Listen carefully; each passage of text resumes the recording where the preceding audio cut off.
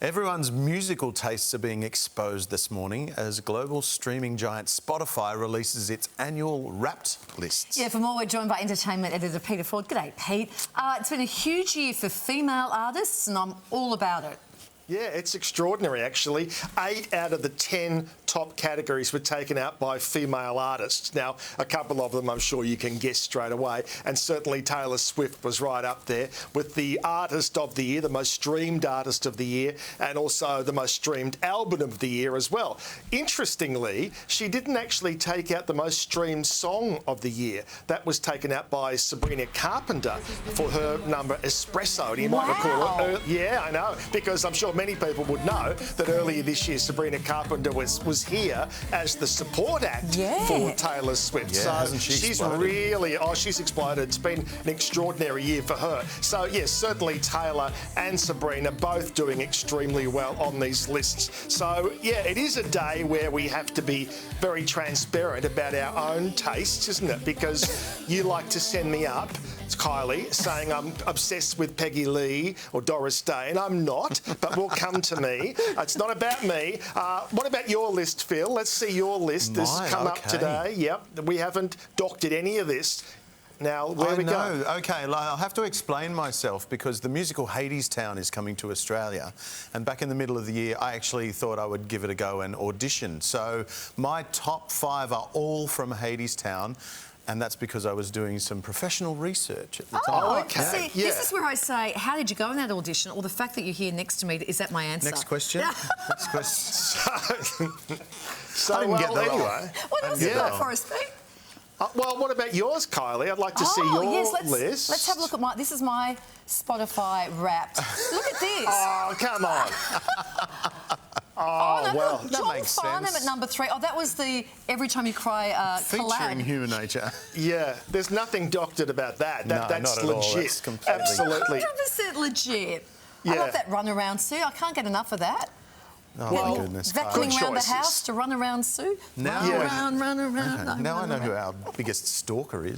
Yeah. Now I'll give you my list. I'll be upfront and honest with you, and you can mock me all you want. Yes. So I actually listened to in excess of 5,000 songs, 2,700 different artists in the last 12 months. But yeah, there it is. That's my top 5. It's a UK group called the Jive Aces, and they're into jazz and swing music.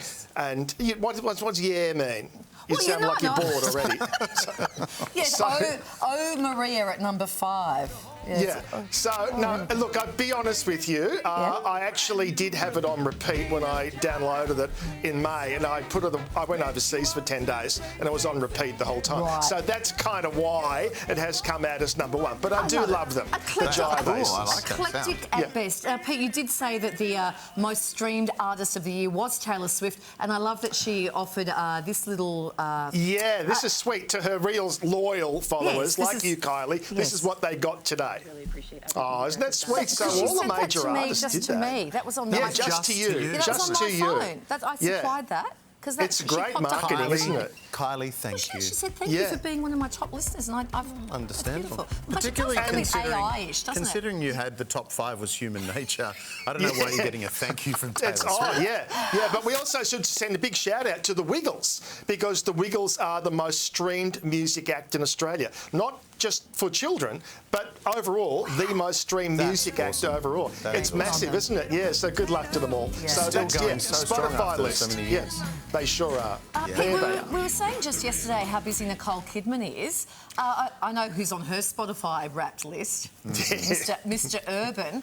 But overnight, Nicole has given an emotional acceptance speech. What was that for?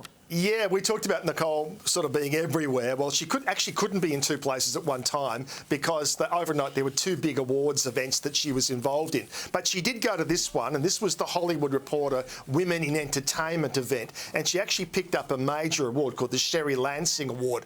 And this is for women who, through their work, are able to provide and create opportunities for other women to shine. And Nicole is absolutely doing that, because this award, I guess, is not so much much for her as Nicole Kidman, the actress, but Nicole Kidman, the producer. And she has made a vow to work as much as she can with women directors and writers. And it's really paying off for her, actually. But in the speech she gave, she actually talked about the fact the night before she'd been to a choir recital, which her daughter Faith was singing in. They got on the plane, came to LA, and in fact, this was Faith apparently is showing signs of wanting to go into the business herself. So she wanted to be at this event, and she did reference her late mum, Janelle. This is a little bit of Nicole Kidman.